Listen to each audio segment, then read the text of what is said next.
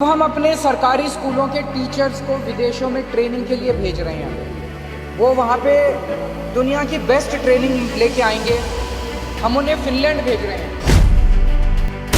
अभी तक 1000 से ज़्यादा टीचर्स की और प्रिंसिपल्स की हम विदेशों में ट्रेनिंग करा चुके हैं। अब लगभग 30 के करीब ऐसे टीचर्स या प्रिंसिपल्स को फिनलैंड भेजना था हमें।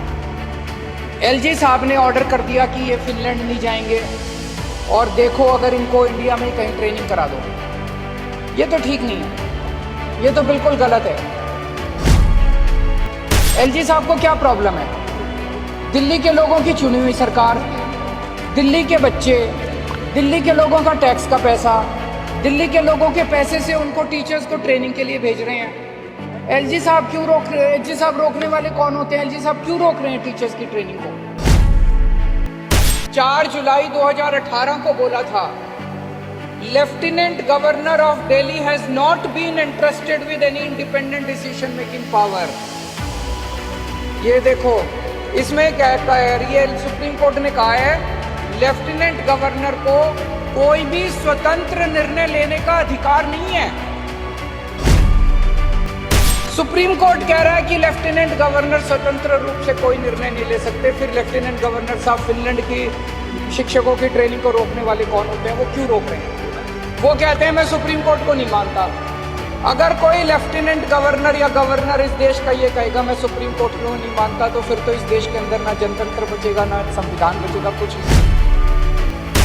दिल्ली में जितने भी बच्चे हैं उन सब बच्चों को मैं अपना बच्चा मानता हूँ। जितने भी दिल्ली के लोगों के बच्चे हैं, गरीबों के बच्चे हैं, अमीरों के बच्चे हैं, मिडिल क्लास के बच्चे हैं, उन सबको मैं अपना बच्चा मानता हूँ।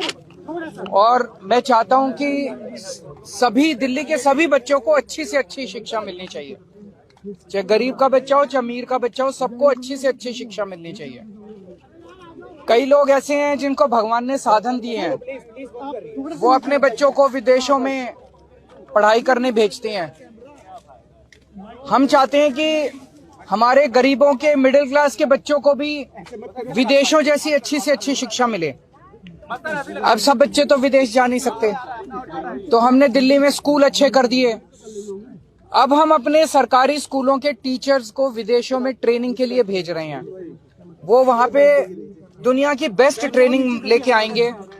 हम उन्हें फिनलैंड भेज रहे हैं। फिनलैंड दुनिया का वो देश माना जाता है जहां दुनिया में सबसे अच्छी शिक्षा फिनलैंड में दी जाती है। तो हम दिल्ली के सरकारी स्कूलों के टीचर्स को फिनलैंड भेज रहे हैं, वहां से वो ट्रेनिंग लेके आए और हमारे सरकारी स्कूलों में हमारे बच्चों को शिक्षा दें। अभी तक 1000 से ज्यादा टीचर्स की और प्रिंसिपल्स की हम विदेशों में ट्रेनिंग करा चुके हैं। अब लगभग 30 के करीब ऐसे टीचर्स या प्रिंसिपल्स को फिनलैंड भेजना था हमें। एलजी साहब ने ऑर्डर कर दिया कि ये फिनलैंड नहीं जाएंगे और देखो अगर इनको इंडिया में कहीं ट्रेनिंग करा दो। ये तो ठीक नहीं है, ये तो बिल्कुल गलत है। एलजी साहब को क्या प्रॉब्लम है? दिल्ली के लोगों की चुनी हुई सरकार, दिल्ली के बच्चे, दिल्ली के लोगों का टैक्स का पैसा, दिल्ली के लोगों के पैसे से उनको टीचर्स को ट्रेनिंग के लिए भेज रहे हैं। एलजी साहब क्यों रोक रहे हैं? एलजी साहब रोकने वाले कौन होते हैं? एलजी साहब क्यों रोक रहे हैं टीचर्स की ट्रेनिंग को? मुझे बहुत ज्यादा दुख हुआ इस बात से कि एलजी साहब दिल्ली के लोगों की बच्चों को अच्छी शिक्षा नहीं दिलवाना चाहते। मैं आपको पकड़ना एक बार, मैं सुप्रीम कोर्ट का ऑर्डर लेके आया हूँ। ये सुप्रीम कोर्ट का ऑर्डर है, ये देखो, सारे जने कैमरे पे दिखा दो। ये सुप्रीम कोर्ट का ऑर्डर है। इस ऑर्डर में लिखा है, सुप्रीम कोर्ट ने 4 जुलाई 2018 को बोला था, lieutenant governor of Delhi has not been interested with any independent decision making power.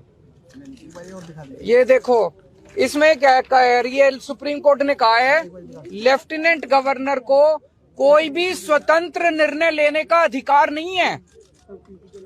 ये 2 बार लिखा। उनको पता था एलजी एक बार में नहीं मानेंगे। एक तो उन्होंने 284 नंबर पैराग्राफ में लिखा और एक उन्होंने 475 नंबर पैराग्राफ में फिर लिखा। सुप्रीम कोर्ट ने, there is no independent authority vested in lieutenant governor to take decision. इसमें लिखा हुआ है कि लेफ्टिनेंट गवर्नर स्वतंत्र रूप से कोई निर्णय नहीं ले सकते। सुप्रीम कोर्ट कह रहा है कि लेफ्टिनेंट गवर्नर स्वतंत्र रूप से कोई निर्णय नहीं ले सकते। फिर लेफ्टिनेंट गवर्नर साहब फिनलैंड की शिक्षकों की ट्रेनिंग को रोकने वाले कौन होते हैं? वो क्यों रोक रहे हैं? वो कहते हैं मैं सुप्रीम कोर्ट को नहीं मानता। अगर कोई लेफ्टिनेंट गवर्नर या गवर्नर इस देश का ये कहेगा मैं सुप्रीम कोर्ट को नहीं मानता, तो फिर तो इस देश के अंदर ना जनतंत्र बचेगा, ना संविधान बचेगा, कुछ नहीं बचेगा। हमें बेहद दुख है कि आज हम सब लोगों को, दिल्ली के मुख्यमंत्री को, दिल्ली के सारे चुने हुए विधायकों को एलजी हाउस मार्च करके कोई बड़ी चीज के लिए नहीं जाना पड़ रहा है, मात्र इस चीज के लिए जाना पड़ रहा है कि एलजी साहब हमारे शिक्षकों को फिनलैंड ट्रेनिंग के लिए जाने दो, उनको मत रोको। अगर दिल्ली का चुनाव हुआ, दिल्ली के 2 करोड़ लोगों ने वोट डाल के अपने मुख्यमंत्री को चुना, 70 में से 62 सीट दी, वो मुख्यमंत्री अगर अपने शिक्षकों को फिनलैंड ट्रेनिंग नहीं भेज सकता तो फिर क्या फायदा है ऐसे चुनाव का और क्या फायदा है जनतंत्र का?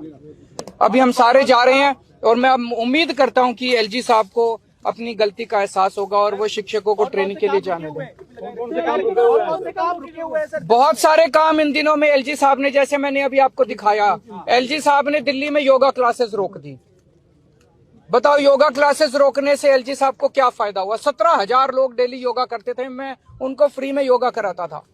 एलजी साहब ने अफसरों को बोल के दिल्ली के सारे मोहल्ला क्लिनिक्स की सारी पेमेंट रुकवा दी, दवाइयां रुकवा दी, टेस्ट रुकवा दिए, डॉक्टरों की तनख्वाह रुकवा दी, मोहल्ला क्लिनिक का रेंट रुकवा दिया, मोहल्ला क्लिनिक का बिजली का बिल रुकवा दिया, दिल्ली जल बोर्ड की सारी पेमेंट्स रुकवा दी। इस बार हम चाहते थे 24 घंटे पानी और यमुना की सफाई के ऊपर मिशन मोड में काम करना, तो हमने कई हजार करोड़ रुपए जल बोर्ड के लिए रखे थे, कोई पेमेंट नहीं होने दी दिल्ली जल बोर्ड की।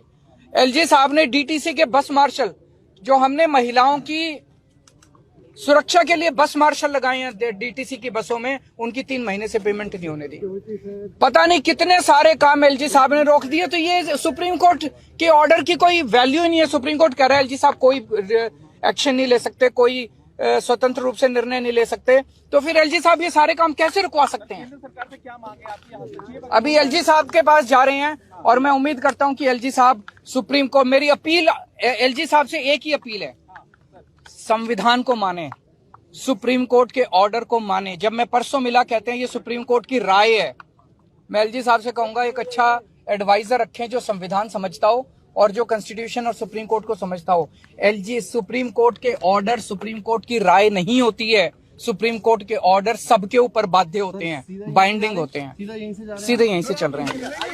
ਹੁਣ ਤੁਸੀਂ ਦੇਖ ਸਕਦੇ ਹੋ ਗਲੋਬਲ ਪੰਜਾਬ ਟੀਵੀ ਨੂੰ ਡਾਊਨਲੋਡ ਕਰੋ ਸਾਡੀ ਐਪ ਐਂਡਰੋਇਡ ਜਾਂ iOS ਤੇ ਫ੍ਰੀ ਵਿੱਚ, roku ਅਤੇ Amazon Fire TV ਤੇ ਜਾਂ Apple TV ਤੇ। ਨਾਲ ਹੀ ਦੇਖ ਸਕਦੇ ਹੋ ਲਾਈਵ ਸਟ੍ਰੀਮਿੰਗ www.globalpunjabtv.com ਤੇ।